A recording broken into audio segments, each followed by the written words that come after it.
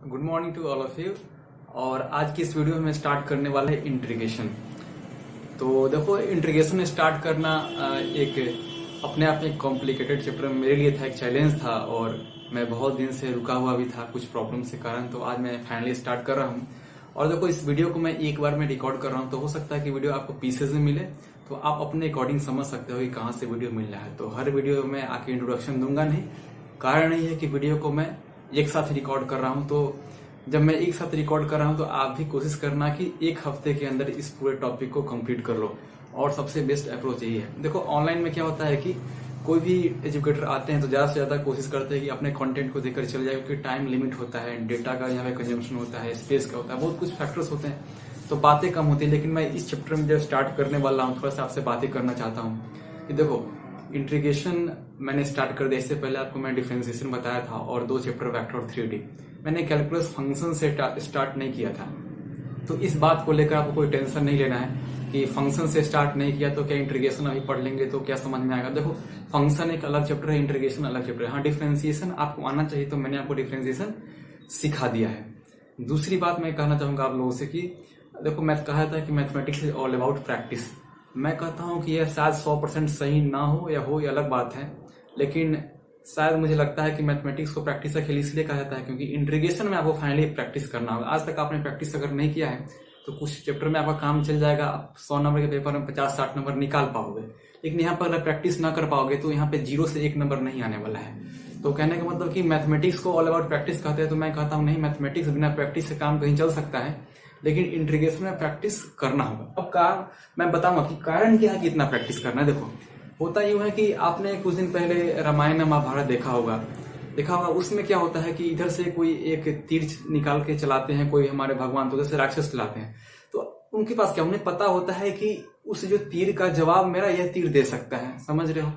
तो वही मैं आपको यहाँ पे क्या करूंगा, मैं बहुत सारे टाइप्स बता दूंगा, फॉर्मेट बता दूंगा कि क्वेश्चन आए तो इस क्वेश्चन में फॉर्मेट आप अप्लाई करना है। लेकिन जब आपके सामने क्वेश्चन जब आएगा, क्वेश्चन का मतलब समझ सकते हो कि जो बाहर से जब राक्षसों का जो तीर आ रहा था उधर से, तो आपको ये मालूम नहीं चलेगा कि आपके पास 10 जो आपके पास जो टाइप्स मालूम है उसमें से मैं कौन सा हिट करूंगा कि वो फाइनली ब्रेक हो जाए, आपका सोल्यूशन आ जाए। तो इसलिए क्या करना होगा, आपको बहुत प्रैक्टिस करना होगा ताकि आपको मालूम चल जाए कि क्वेश्चन देखते हैं कि ये क्वेश्चन आया तो मेरे पास तो 10 टाइप से 10 में से 7वां टाइप से क्वेश्चन सॉल्व हो जाएगा। तो कहने का मतलब इसीलिए प्रैक्टिस का डिमांड करता है चैप्टर, और आप प्रैक्टिस करोगे भी और शायद पास में किए भी होगे और चैप्टर में। देखो, इंट्रीगेशन को मैं समझाऊंगा क्या होता है, इंट्रीगेशन किस लिए आगे बढ़ाया गया है, इसका हिस्टोरिकल एक्सपेक्ट क्या है। उससे पहले मैं बोलूंगा कि चैप्टर में ज्यादा फॉर्मूलाज नहीं है। अगर 20-25 फॉर्मूलेज हैं तो मैं बोलूंगा कम फॉर्मूला है। इस फॉर्मूला से आपका कुछ काम होगा नहीं, लेकिन इतना यकीन मान लो कि इस फॉर्मूले से सारे आंसर आप निकालोगे। देखो, मैंने पहले ही लिख रखा है ताकि समय को मैं बचा पाऊं। देखो, x पावर n, तो क्वेश्चन कहीं भी हो सकता है कि x से पावर 8 का इंटीग्रेट करो, फॉर्मेट यही है। तो क्या हो जाता है, पावर में आप 1 ऐड कर दोगे, पावर में 1 ऐड करोगे तो नीचे भी वही चीज लिखना है। फाइनली क्या आ जाएगा, x पावर 9/9, समझ रहे हो। साइन का है, देखो मैंने ऐसा डिजाइन करके लिखा है ताकि आप समझ पाओ, sine cos tan cot sec और कॉसेक एक जैसे होंगे, तो सेक और कॉसेक को मैंने नहीं लिखा है यहाँ पे। तो ट्रिगोमेट्री वाले 4 यहाँ पे हो गए, आप ऊपर मान लो यहाँ तक हो गए। इसके अलावा कुछ स्क्वायर वाले 2 यहाँ पे एक फॉर्मेट में है, 2 मल्टीप्लाई वाले एक फॉर्मेट में है। इसके अलावा इनवर्स वाले जितने भी ट्रिगोमेट्री के होते हैं 6 के 6, आप जानते हो ना, 6 होते हैं इनवर्स वाले, या कोई भी trigonometry function, sine cos tan sec cosec, तो 6 यहाँ पे हो गए। ठीक है, 2 लॉग वाले हो गए, यहाँ पे लॉग वाले तीनों मान सकते हो, जो कि e के पावर x लॉग का एक फॉर्मेट निकल आता है। तो इस तरह से आप समझ सकते हो कि कैसा इंटीग्रेशन किसका होता है। 1 मिनट में देख लेता हूं यहाँ पे। हाँ, बुक में आप एक काम करना कि मैं पहले बताना भूल गया हूं कि आप इंटीग्रेशन स्टार्ट कर रहे हो, कोई बुक नहीं पढ़ना है, एनसीईआरटी से स्टार्ट करना है। चाहे आप आईआईटी प्रिपरेशन कर रहे हो, मेडिकल का जो भी एग्जाम में इंटीग्रेशन से क्वेश्चन आता है, आप पहली बार पढ़ ली हो या नहीं पढ़े हो, या लगता है पहली बार पढ़ के अच्छा आपका इंटीग्रेशन नहीं है, तो आप एनसीईआरटी से स्टार्ट करोगे। और मैं यकीन दिलाना चाहूंगा आप सभी को कि एनसीईआरटी से एक बार मैं जितना बताया कर लोगे तो दुनिया की कोई बुक जो होती है उससे आप इंटीग्रेशन को इजीली कंप्लीट कर लोगे। काम करो, आपके पास बुक है, इसे नोट डाउन मत करना क्योंकि टाइम भी लगेगा आप लोगों का। पेज नंबर 290 और 291, देखो मेरे पास ये बुक है, आपके पास ये होगा, ये पार्ट 2 है, ये क्लास 12 का पार्ट 2 है। तो पेज 290 पे आना है, 291 पे, दोनों पेज पे है। आप उसमें देखोगे तो आप देखो बुक में आना है, पहले मैं बुक में ही देख रहा हूँ।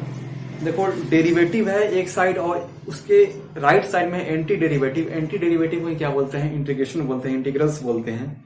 तो राइट साइड वाले लिख लेना, क्योंकि लेफ्ट साइड वाले आप ऑलरेडी पढ़ के आ चुके हो डिफरेंशिएशन में। तो देखो इसमें कितने हैं? 16 फॉर्मूलाज हैं। 16 फॉर्मूला मैंने कितना लिखा है? 18। तो उसमें 2 फॉर्मूला जो मैंने एक्स्ट्रा डाल दिया है, ये दोनों डाला है। ये दोनों फॉर्मूला को मैं यहाँ पे स्टार लगा देता हूँ। ये 2 फॉर्मूलाज एक्स्ट्रा हैं, तो आप अपने अकॉर्डिंग इसे समझ सकते हो, राइट?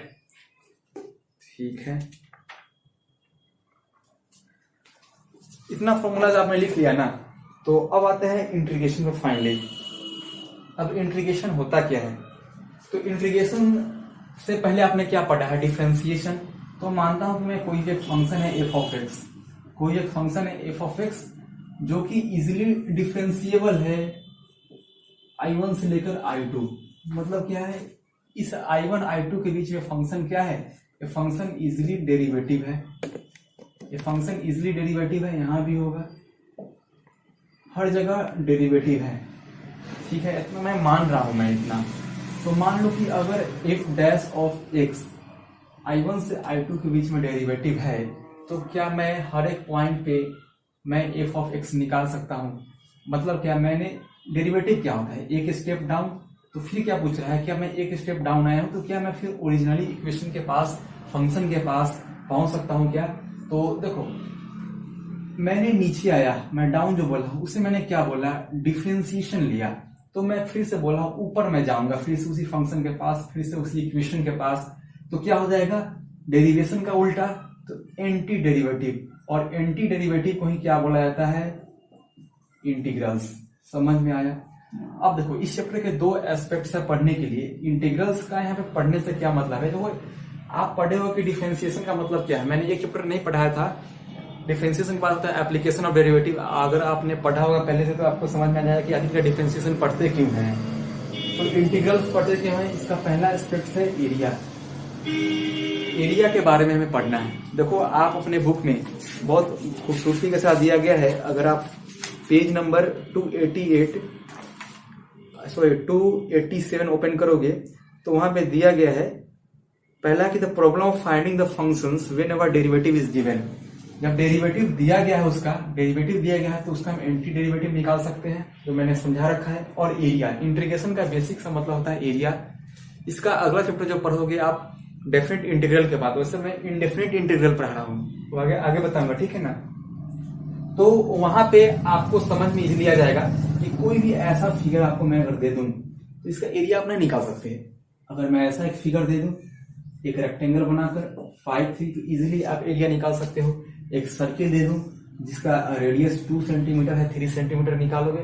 कहने का मतलब कि रेगुलर फिगर्स हैं, ये इरेगुलर फिगर्स हैं। अगर मैं बोलता हूं कि इसका आप एरिया निकालो तो कैसे निकाल पाओगे? अगर सेमी सर्किल रहता तो ठीक है, कम से कम यहां से लेकर यहां तक रेडियस करके निकाल लेते हैं, लेकिन कैसे निकालोगे? लेकिन अगर आप इंटीग्रेशन अच्छे से पढ़ लेते हो तो एरिया ऑफ इंटीग्रेशन चैप्टर में आप इजीली इंटीग्रल्स का हेल्प लेकर आप निकाल सकते हो। कुछ कुछ ये दिए गए होंगे वहां पे, लेकिन आप इजीली निकाल लोगे। तो बहुत ही इंटरेस्टिंग चैप्टर है। तो आप समझ गए ना इंटीग्रेशन का बेसिक सा मतलब क्या होता है? ठीक है, पॉज कर दो। तो आपने फॉर्मूला नोट कर लिया होगा, सब कुछ समझ गए होगा अभी तक मैंने जितना समझाया। अब मैं बार बार बोल रहा हूँ कि थोड़ा सा एक कॉम्प्लिकेटेड चैप्टर है। समझ में अगर आपको 50% भी आ रहा है तो आप बहुत अच्छे जा रहे हो, क्योंकि 50% समझ लेना अपने आप में ही एक अचीवमेंट जैसा है। खैर, मैं जो भी समझा रहा हूँ चैप्टर इंटीग्रेशन, देखो 2 तरह के होते हैं। एक होते हैं इनडेफिनिट और एक होते हैं डेफिनिट। चलो इसको तो भूल जाना है। ये तो लगभग, अगर कहीं भी ऑफलाइन अगर आप पढ़ाई करते हैं तो 2 महीने में पूरा चैप्टर कंप्लीट किया जाता है। जनरली आप जानते हो ऑफलाइन क्लासेस का सिस्टम क्या होता है। तो इसको अगर वहां पे अगर 2 महीने में चैप्टर कंप्लीट किया जा रहा है, 1 महीने में किया जा रहा है, तो 1 महीने में मैं मान लेता हूँ चैप्टर इंटीग्रेशन पूरा कंप्लीट हो जा रहा है। इसे 10 दिन दिया जाएगा और इसे 20 दिन दिया जाएगा, ठीक है? इसे 10 दिन, इसे 20 दिन। आपको क्या लगेगा कि बहुत कम इंपॉर्टेंट, इसीलिए 10 दिन में खत्म किया जा रहा है? नहीं। एग्जाम में क्वेश्चन अगर 20 नंबर का आ रहा है इंटीग्रेशन से, तो 5 नंबर का यहाँ से आएगा या 2 नंबर का यहाँ से आएगा। यहाँ 15 से लेकर के 17 नंबर तक, 18 नंबर तक क्वेश्चन आ सकते हैं। तो कहने का मतलब क्या है कि जब इतना इंपॉर्टेंट है 10 दिन क्यों, तो मैं समझा रहा हूँ आपको ये चीज कि देखो इंडेफिनिट इंटीग्रेशन कुछ होता नहीं है। डेफिनेट इंटीग्रेशन सीख गए ना, उसी में पावर लगा दिया जाता है, सिर्फ वैल्यू पुटिंग करना रहता है, उसे बोलते हैं डेफिनेट इंटीग्रेशन। तो मैं वही समझा रहा हूँ फिर से कि डेफिनेट इंटीग्रेशन को समझने के लिए इंडेफिनिट इंटीग्रेशन अच्छे से समझना पड़ेगा, इस तरह को टाइम देना पड़ेगा।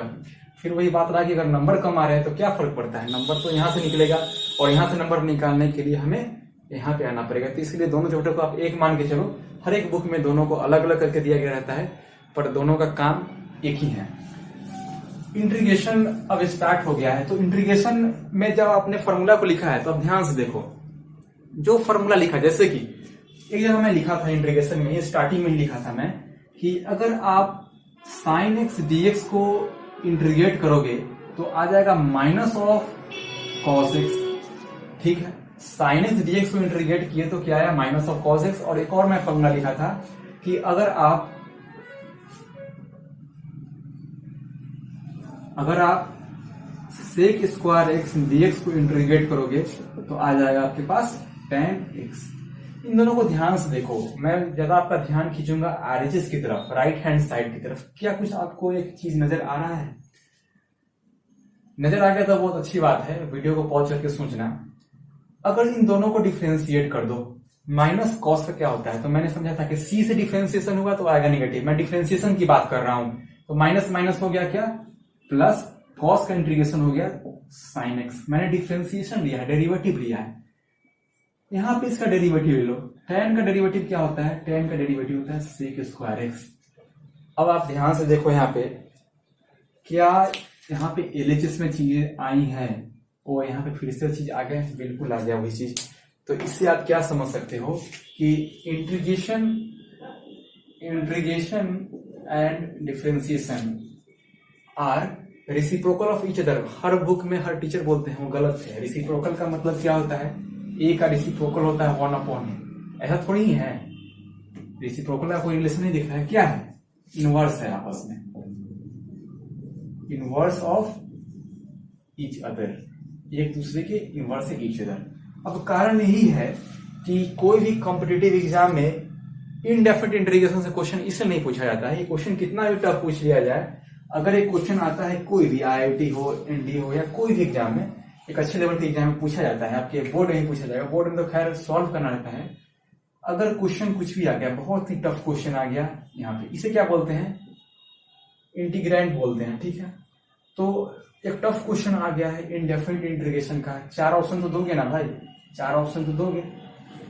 किसी बच्चे को सॉल्व करना नहीं आ रहा, लेकिन उस बच्चे को डिफरेंशिएशन पूरी अच्छे तरीके से आती है, तो क्या करेगा वो क्या करेगा, हर एक ऑप्शन को डिफरेंशिएट करना शुरू कर देगा। टाइम तो रहेगा ही वहां पे, डिफरेंशिएट करना शुरू कर देगा। डिफरेंशिएशन वैसे भी आसान होता है। यहाँ पे मान लो कि कोई भी चीज यहाँ पे ax प्लस बी अगर है, और डिफरेंशिएशन करने के बाद मानता हूं कि मैं सी ऑप्शन भी वही आ जा रहा है, ax प्लस बी, सीधे टिक कर देगा सी को। तो कहा है कि इस क्वेश्चन को टफ बोला जाए। तो कारण एक यह भी है कि किसी भी एग्जाम में इस चीजों को नहीं पूछा जाता है। समझ में आ रहा है? डेफिनेट इंटीग्रेशन ऐसा नहीं कर सकते क्योंकि वहां पे डिजिट होता है। तो मैं जो समझाना चाह रहा था वो समझ गए ना कि एक दूसरे के इनवर्स होते हैं। ठीक है, बहुत ही इंपॉर्टेंट था। सुनने में बहुत आसान लग रहा है कि इनवर्स तो क्या हो गया, सुन लिया, समझ भी गया, लेकिन देखो अब यहाँ पे चीजें आएंगी। मैंने जितना भी फॉर्मूला लिखा था आपको जाके देखना है, और आपके बुक में भी होगा, आप अपने बुक में भी देख सकते हो, शायद ठीक से दिख ना पावे। कहीं भी जब इंटीग्रेशन करने के बाद जो आपका रिजल्ट आया है उसमें सी लिखा गया है, हर जगह सी। अगर मैं इसे लिखता हूं तो 100% सही नहीं है, हर जगह मैंने ही सी करके लिखा था। इसका मतलब होता है प्लस सम कांस्टेंट, कुछ कांस्टेंट को ऐड किया जा रहा है। तो ऐसा भाई इसके पास क्या कमी रह गया, कुछ ना कुछ डिफिशियंट रहा हुआ यहाँ पे, कुछ लैकनेस रहा हुआ, तभी तो कुछ ऐड किया गया है, तभी इसके इक्वल किया गया है। मैं बोलता हूँ कि 5 = 4 है, तो जब तक मैं यहाँ पे 1 ऐड ना करूं तो तब तक क्या है, यह इक्वल टू का साइन देना बेमानी होगा। ठीक है, जरूरी ऐसा भी हो सकता है कि यहाँ पे 6 लिख देता हूं तो मैं यहाँ पे -1 करना पड़ेगा। तो एक कांस्टेंट जो है ये प्लस भी हो सकता है, माइनस भी हो सकता है। तो इससे मैं ये भी कंक्लूड कर सकता हूं कि साइन एक्स का जो इंटीग्रल आता है वो माइनस कॉस एक्स से इक्वल नहीं होता है। अब बोलो कि मैंने तो अभी आपको यही बोला, याद कर लो, अब फिर अभी बोल रहा हूं कि इक्वल नहीं होता है। ये क्या लोग चाहे तो समझो ध्यान से। और मैंने अभी आपको एक चीज समझाया, इसे भी याद रखो, दोनों एक दूसरे क्या होते हैं, इनवर्स होते हैं। इसलिए मैं थोड़ा सा कॉम्प्लिकेटेड है, इसलिए अगर समझ गए तो बहुत ही मजा आ जाएगा। समझने की कोशिश करो। अगर मैं आपको एक फंक्शन देता हूं, एक फंक्शन अगर मैं दे रहा हूं आपको 2x² प्लस 5x प्लस 6, एक क्वाड्रेटिक इक्वेशन है, फंक्शन है। अब इसका डेरिवेटिव ले लो, डेरिवेटिव ले लो तो क्या हो जाएगा, इसका डेरिवेटिव क्या हो जाएगा 4x प्लस 5, 6 का हो गया 0, कोई दिक्कत नहीं, 0 लिखो या ना लिखो कोई बात नहीं है, कांस्टेंट का डिफरेंशिएशन 0 होता है। अब कोई आदमी आपसे फिर बोल रहा है, या मैं ही बोल रहा हूं कि इस f' को आप इंटीग्रेट करो, तो आप क्या बोलोगे कि क्या ये बेवकूफियत हरकत है। अगर फिर से मैं इंटीग्रेट करूंगा तो यहां पहुंच जाऊंगा। मैं समझाया था ना कि नीचे आऊंगा फिर से इंटीग्रेशन करूंगा तो ऊपर पहुंच जाऊंगा। तो आप क्या करोगे, इस इक्वेशन को लिख दोगे, लेकिन यहाँ पे रुक जाना, ऐसा होने वाला है नहीं। इंटीग्रेट कर दो दोनों साइड, डिफरेंशिएशन लेकर मैं फिर से इंटीग्रेट करने की बात कर रहा हूँ। इंटीग्रेट कर दो दोनों साइड, f' का इंटीग्रेशन तो हो जाएगा f(x), जो कि यहाँ पे दिया गया है। यहाँ पे इंटीग्रेशन करो, 4x का क्या हो जाएगा 4x²/2। मैंने समझाया था, पहला ही फॉर्मूला लिखा था, x पावर n का क्या हो जाता है x power n plus 1/n+1, इसी फॉर्मूले से आया है। 5 है, यहाँ पे क्या है dx है, तो 5 बाहर चला जाएगा, dx का इंटीग्रेशन हो गया x, ठीक है हो गया। यहाँ पे क्या आ गया 2x² प्लस 5x, यही क्या है f(x). कहाँ f(x), दोनों इक्वल आपस में आ रहा है। देखो 2x² प्लस 5x, लेकिन यहाँ पे जो 6 कांस्टेंट था यहाँ पे मिसिंग दिखा रहा है, यहाँ मिसिंग दिखा रहा है। ऐसा क्योंकि डिफरेंशिएशन में जब गया होगा वो फंक्शन, ऐसा मान सकते हो ना कि एक यहाँ पे मशीन है, ऐसा कुछ ऐसे समझ सकते हो आप कि एक मशीन है, इसमें कोई फंक्शन एक डाला जा रहा है f(x) वाला, ये क्या कर रहा है, ये f' है। जब इससे बाहर निकल रहा है, इस मशीन की एक खासियत है कि इसमें जो भी ईटा पत्थर स्टोन्स आ रहे हैं उसको फिल्टर कर दे रहा है, वो दे ही नहीं रहा है। तो कहने का मतलब कि कुछ ना कुछ ये जो फंक्शन है डिफरेंशिएशन वाला, इसे वो खत्म कर दे रहा है। तो हम कैसे बोल दें कि दोनों फंक्शन आपस में इक्वल है, जबकि LHS इक्वल है तो RHS इक्वल होना चाहिए। तो इसे मैं इक्वेट करने के लिए क्या करूंगा, सम कांस्टेंट C कर दूंगा, क्योंकि मुझे नहीं पता है कि जब वो डिफरेंशिएशन में गया होगा तो उसके साथ क्या हुआ, हो सकता है कुछ कांस्टेंट होगा, मिसिंग होगा। इसीलिए जब कहीं भी हम इंडेफिनिट इंटीग्रेशन में जब इंटीग्रेशन करना चाहेंगे या करना शुरू करेंगे तो हमें हर जगह सम कांस्टेंट C नजर आएगा। अब आप बोल रहे हो कि ऐसा तो हो सकता है कभी कभी कि ये दोनों आपस में इक्वल होगा, कांस्टेंट का जरूरत ना हो, तो क्या दिक्कत है, इस कांस्टेंट को आप 0 कर सकते हो ना, C = 0, तो इसका रहना ना रहना इक्वल हो सकता है। लेकिन आपको लिखना है हर जगह, यहाँ पे आपको जरूरत मिल गया ना कि क्यों हर जगह C लिखना पड़ता है, क्योंकि दोनों को इक्वल हम करना चाह रहे थे फिर भी नहीं हो पा रहा था। तो ये जो कॉन्सेप्ट मैंने आपको समझाया बहुत ही इंपॉर्टेंट था। अब आपको क्या करना है, 7.1 में आना है, ठीक है 7.1 में आना है और सारे क्वेश्चन कर जाने हैं। मैं कुछ क्वेश्चन यहाँ पे करवाऊंगा, उससे पहले मैं इसे इरेज करता हूं। अब चलो यहाँ क्वेश्चन करना है। अब थ्योरी सब खत्म हो गया है, जितना क्वेश्चन करोगे अब वही मैं समझा रहा हूँ, प्रैक्टिस का खेल अब शुरू हो गया है। बहुत आसान आसान क्वेश्चन है, यहाँ पे देख सकते हो कैसे करना है। अब देखो 7.1 साइज जो मैं लिखा है ना, मैं जितने फॉर्मूला समझाया अभी तक उसी के अंदर सारे हैं। नहीं होगा तो मैं यहाँ वही करवाने के लिए कुछ क्वेश्चन को देखो कैसे होते हैं। साइन 2x का हमें डिफरेंशिएट इंटीग्रेशन लेना है, एंटी डेरिवेटिव का मतलब है इंटीग्रेशन। साइन का इंटीग्रेशन क्या होता है, मैंने फॉर्मूला समझाया। साइन का इंटीग्रेशन होता है माइनस ऑफ cos x, तो क्या कर दोगे माइनस ऑफ cos x। लेकिन देखो यहाँ पे क्या है, मैंने साइन का बताया था, साइन 2x का नहीं। डिफरेंशिएशन में क्या हो रहा था, जहां कहीं भी अगर 2 आ रहा था तो मल्टीप्लाई हो जा रहा था, लेकिन यहाँ पे इंटीग्रेशन में क्या होता है, डिवाइड हो जाता है। एक आंसर समझ में आ रहा है। तो कहीं भी मल्टीपल क्या होता है, इंटीग्रेशन में डिवाइड,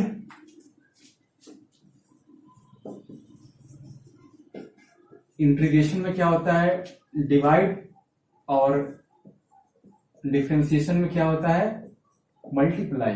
देखो मैंने डिवाइड किया है 2 को, यहां पर देखो बहुत आसान है। कॉस का इंटीग्रेशन क्या होता है, फॉर्मूले से आपको आना है। कॉस का होता है साइन 3x/3, माइनस नहीं होगा क्योंकि मैंने समझाया था आपको कि कॉस डिफरेंशिएशन में C से स्टार्ट है, वहां माइनस होगा, इंटीग्रेशन में नहीं होता है। फॉर्मूला आप जानते हो गया आंसर, छोटा छोटा आंसर है सबका।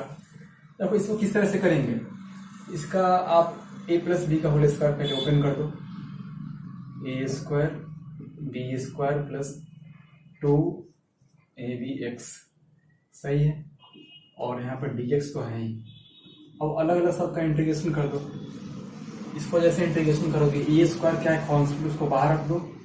एक्स स्क्वायर का इंटीग्रेशन क्या हो जाएगा, x³/3 प्लस इस बी स्क्वायर का इंटीग्रेशन dx के साथ, तो बी स्क्वायर बाहर, dx का इंटीग्रेशन क्या हो जाएगा x, तो b²x प्लस 2ab कांस्टेंट है, 2ab कांस्टेंट है, x dx का इंटीग्रेशन क्या हो जाएगा x²/2 प्लस c।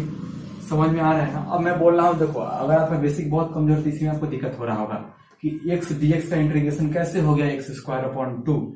तो देखो फिर से वही फॉर्मूला है, x⁻n+1/n+1, पावर कुछ नहीं है तो क्या है यहाँ पे 1, तो यहाँ पे डाल दो आप 1+1/1+1 x²/2, तो x²/2। देखो पर मैं उम्मीद करता हूँ आपका सब कुछ सही होगा, इतना समझ में आ ही रहा होगा। देखो क्वेश्चन नंबर 11 पे मैं सीधे आया हूँ।